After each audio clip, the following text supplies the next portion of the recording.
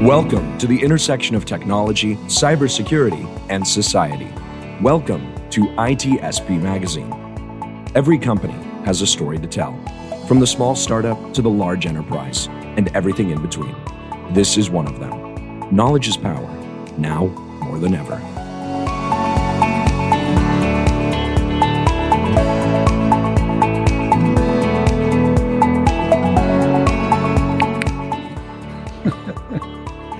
Marco, was that a bot?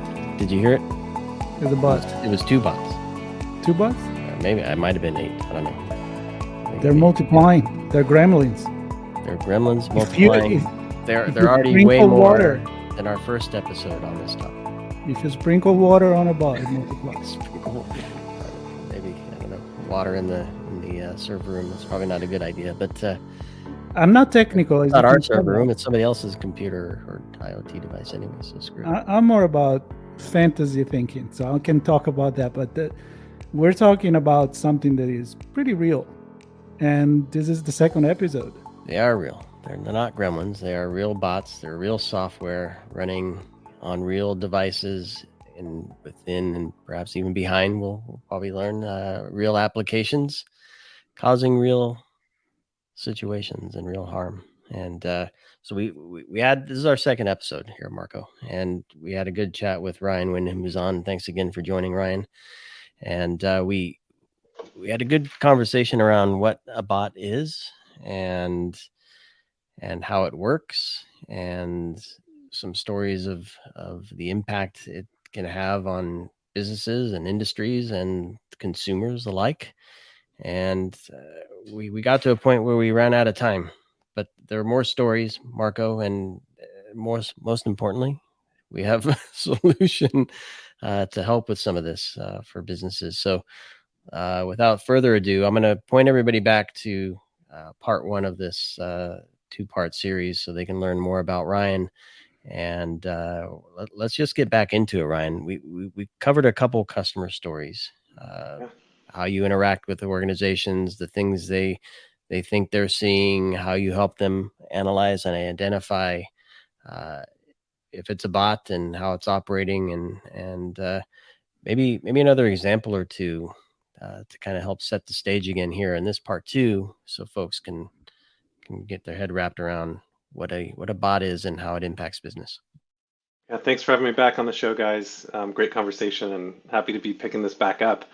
But yeah, there's loads of really interesting stories that we get exposed to in this, in this market. I think one of the ones that was a real eye opener for me was the relationship that those in the travel industry have with bots, and specifically airlines and hotel chains. And I got a real crash course on this. We have a lot of the kind of biggest, they're called GDS, global distribution system vendors, as our customers. And what these guys do is they're responsible essentially for running in many cases the portal for the airlines and the hotel, the booking portals.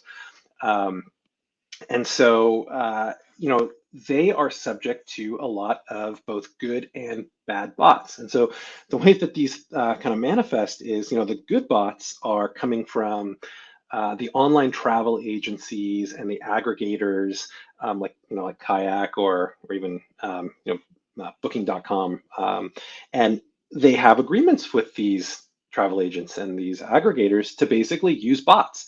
Go ahead and scrape to understand what our prices are so that you can make bookings on our behalf. And they enter into these commercial agreements, and they're allowed to do scraping at a certain rate during certain times, and they pay a certain amount for each of these scrapes. And so, what ends up happening from a bad bot perspective is sometimes these online travel agents and aggregators, even though they're authorized, will use bots in an unauthorized way. That's kind of the first, kind of case that we see a lot. But then we see a ton of unauthorized aggregators out there that are hitting these global distribution systems really hard, bypassing fees that the airline would or hotel would normally generate for these. And so one of the other things that we see a lot of is what's called seat spinning. So you'll have a travel agent or an aggregator basically buy up inventory, because in a lot of cases you actually don't have to pay for the airfare within the first 24 hours, right? So they'll reserve it, they'll hold it, and it basically allows them to have a hold on those seats, and see if they can resell them without any upfront cost to them.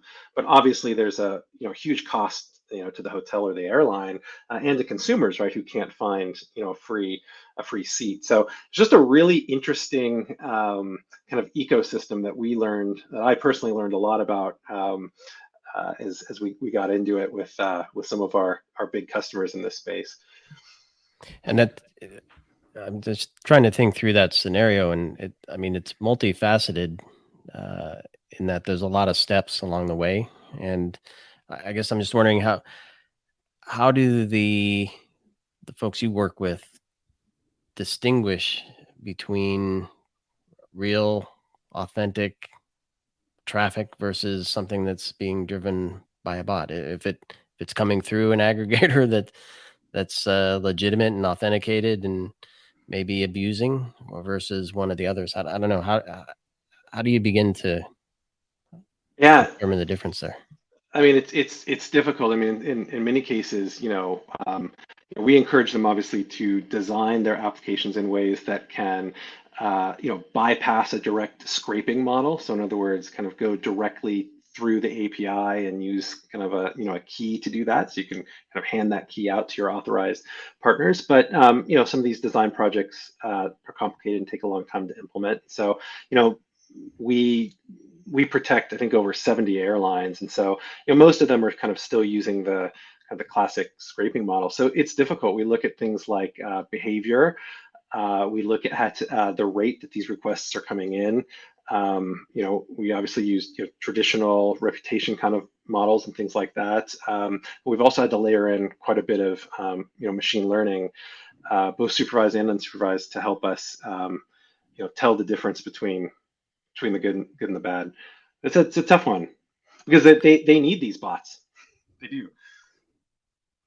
So Ryan, while it seems to me quite easy to grasp the concept of seeing these in travel agents, and how they can affect the pricing of tickets and all of that, and also in retail, where you can skyrocket the price of something if you create demand and offer, and if there is not enough stuff on the shelf.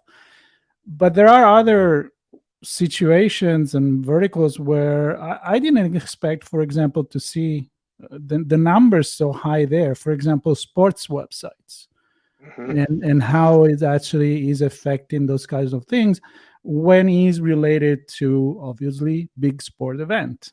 So tell me a little bit about that one.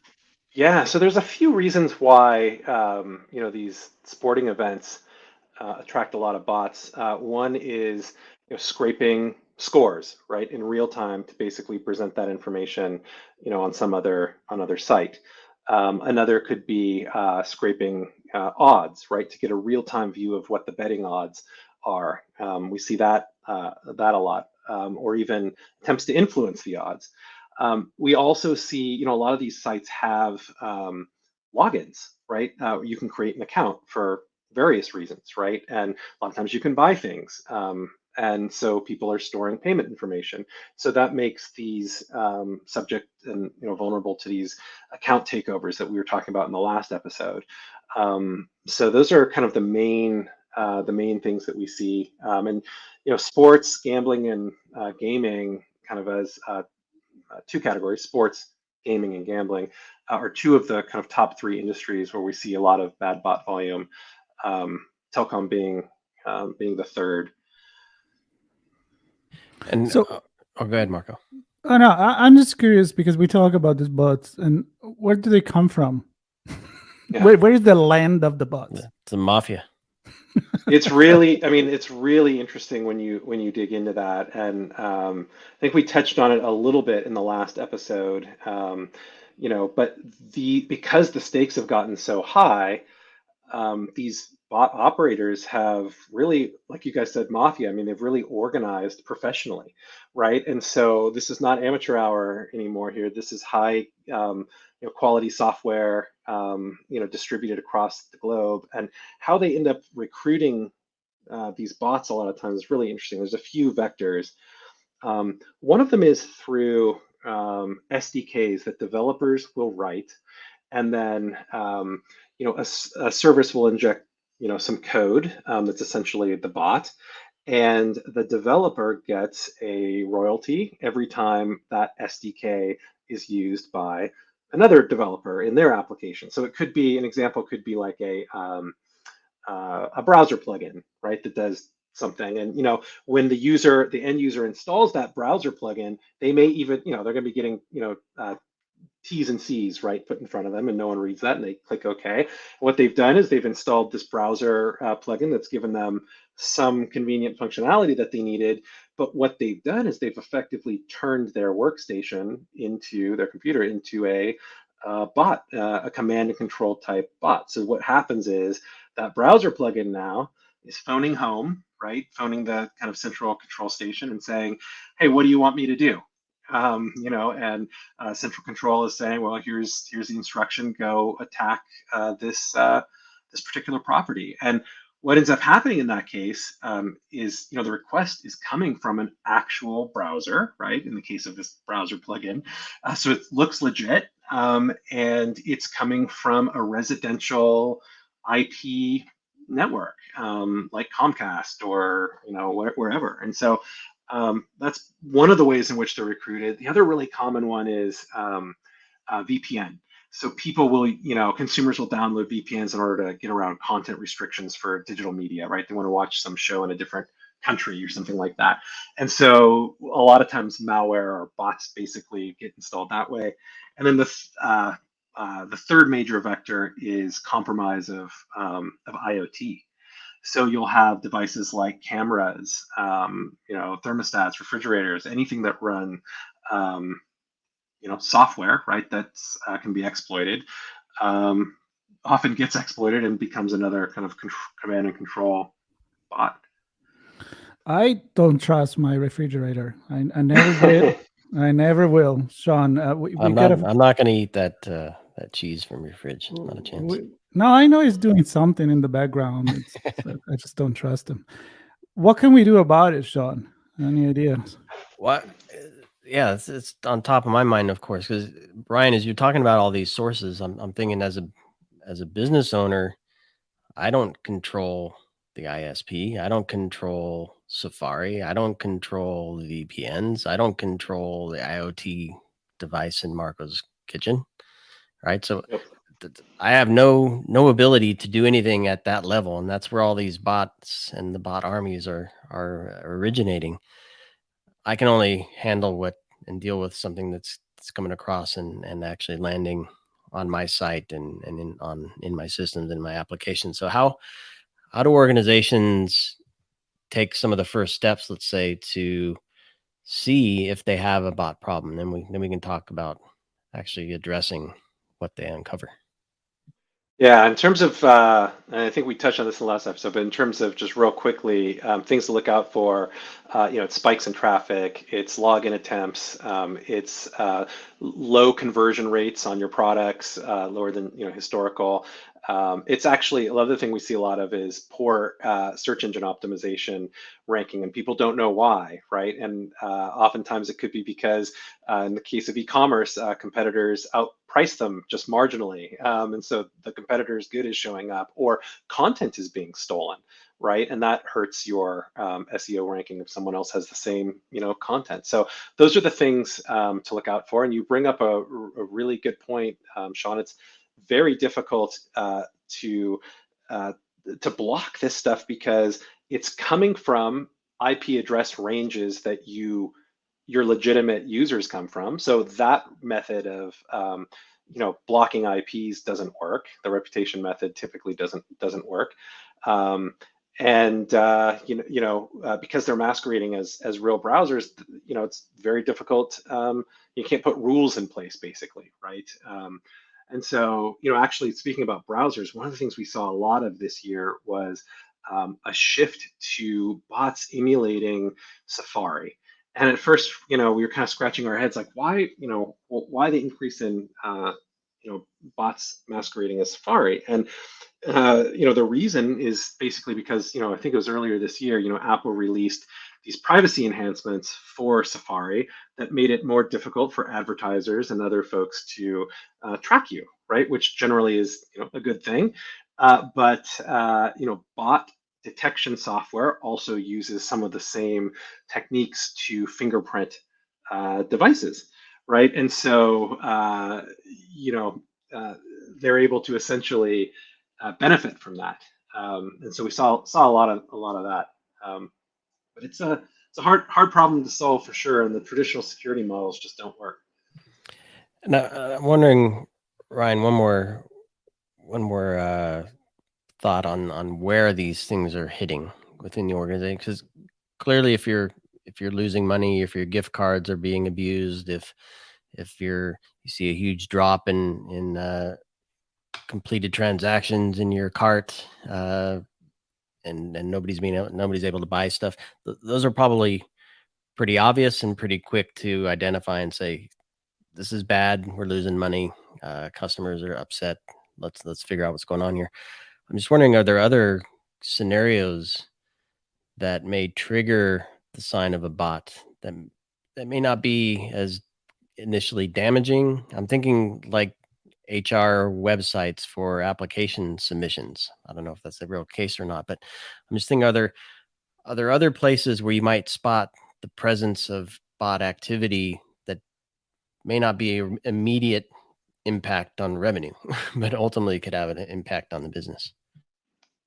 Yeah, so I think we do see. It depends on kind of the industry, but spam, comment spam, and in the social media world, fake account, creation used to spread information or disinformation or spam. That may be another indicator. Otherwise, just looking at any sort of abnormal behavior.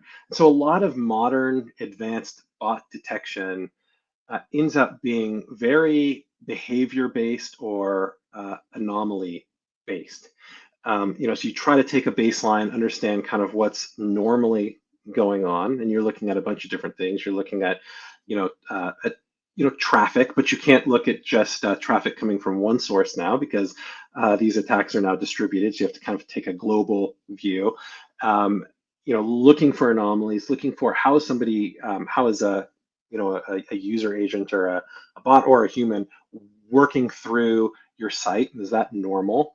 Or has there been some, couple standard deviations, to the left or the right? And that kind of triggers flags. And so a lot of times these end up being kind of risk thresholds.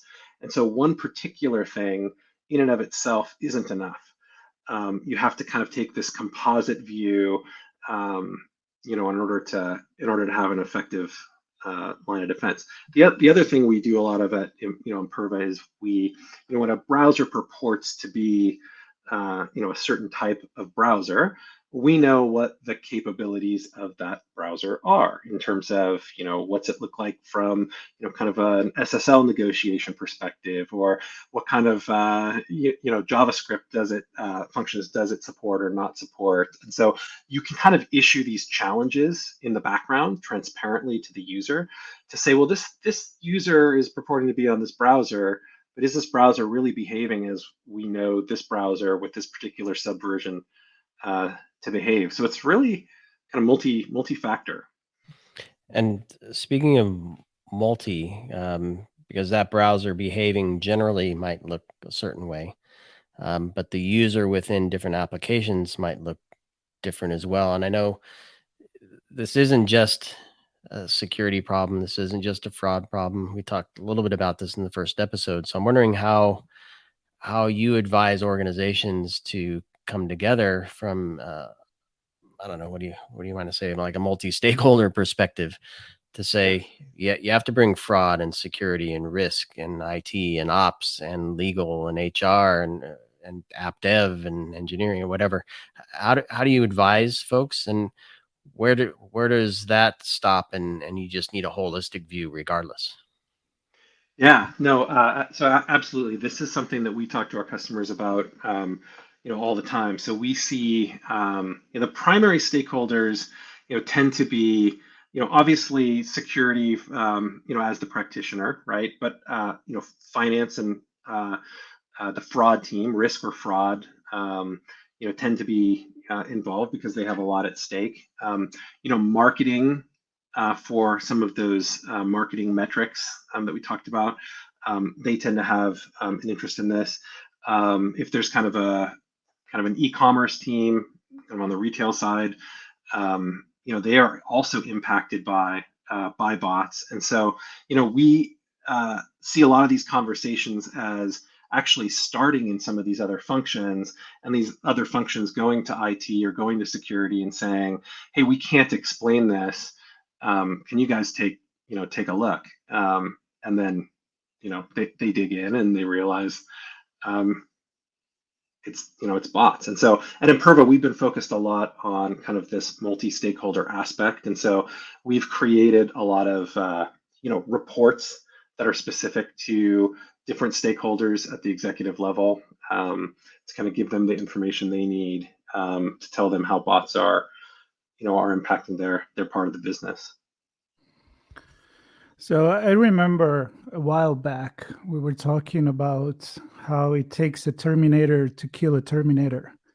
Remember, Sean, it was about artificial intelligence and adversarial artificial intelligence. Exactly. So I'm kind of thinking the same thing here. I mean, does it take a bot to kill another bot? What the technology that you guys at Imperva are putting into place has, I'm sure, first layer of defense, and then second and detecting and reacting. So you kind of already went there before.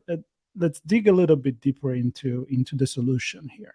Definitely. Yeah. And so, I think I mentioned on the first episode just how, if you think about traditional attacks like, to a web application, like say SQL injection or cross-site scripting or some other kind of code-based vulnerability, that's something that you can, in a deterministic way, build a rule set around to prevent and stop, right? These attacks, because they're coming in at what we call the business logic layer, they are using your application the way that you put your application out to be used. Obviously you didn't want it abused, but they are using it on that level. They're not exploiting any vulnerabilities. And they're coming from, in many cases, real browsers and from legitimate IP addresses. And so it does create a very difficult kind of detection problem. And so, for us at Imperva, we use a multi-layer approach. We do look at things, traditional things like IP reputation is just kind of a first, very primitive factor. But then mostly in the bot world, it's about profiling behavior of the browsers, and are they operating the way we expect them to, and all of these kind of behind the scenes challenges that will issue. Because what we don't want to do is, we don't want to issue a CAPTCHA if we don't have to, right? Nobody likes CAPTCHAs, right? And so we try to work behind the scenes to really transparently challenge the browser, not the user at first. And then, we also have awareness at the user level. So we know, have we seen this user before? Are they operating the way that we expect them to do? And so it's basically, a series of layered, deterministic, and probabilistic modeling. And then in the end, there's think of it as kind of like a composite risk score that we can basically offer up, and then basically the practitioner ends up setting rules where they say, look, if the risk level is above a certain threshold, that's when I want to issue a CAPTCHA. Or if it's above this next threshold, we have very strong confidence that this is something we don't want on our site, and so let's just outright block it. There's some other really cool techniques that we're doing at Imperva too to raise the cost of these attacks. So it's kind of like fighting back a little bit. So we have this thing called tar pit or delay, where we will basically service the bots very, very slowly in a way that makes it not cost effective for them to continue to attack that particular customer. And so they'll move on to somebody that's easier. It's like the old, remember, like the club they used to put on your car. They used to say people move on just they don't want to deal with it. But it's that sort of thing. It just changes the economics. So Ryan, a lot of good advice there. Multi-layered, multifaceted. You need the app, you need the IT ops, you need security, and pretty much a lot of the organization to kind of keep an eye out here. You also need the technology and the partnership with somebody like Imperva to get that contextual view, get that dynamic view, help them build a product that's more resilient in the first place, and then enable IT and security ops and fraud and others to deal with this. So really appreciate you taking the time to share with us the findings from your bad bot report, which of course we'll be linking to in this episode, and would encourage everybody to listen to the first episode as well. And of course, take a moment to connect with the Imperva team. There's a likelihood that you have a bot running on or against your organization, and it's better to get ahead of that curve in terms of managing that risk. So connect with Imperva and have them help you identify where you might see some of these challenges. So Marco, I think we've reached the 32 bot mark on this episode. So let's not get to 64. There is so many bots I can deal with, and then I have to cut it off. But I enjoy the conversation as usual, talking to Imperva and Ryan. First time with you, actually second time, because it was a 2 episode. It was a real pleasure. I hope to have you back on again. Likewise, Marco, Sean, this was great. Let's do it again. We hope you enjoyed this conversation. If you learned something new and the story made you think, then share itspmagazine.com with your friends, family, and colleagues. We hope you will come back for more stories and follow us on our journey. You can always find us at the intersection of technology, cybersecurity, and society.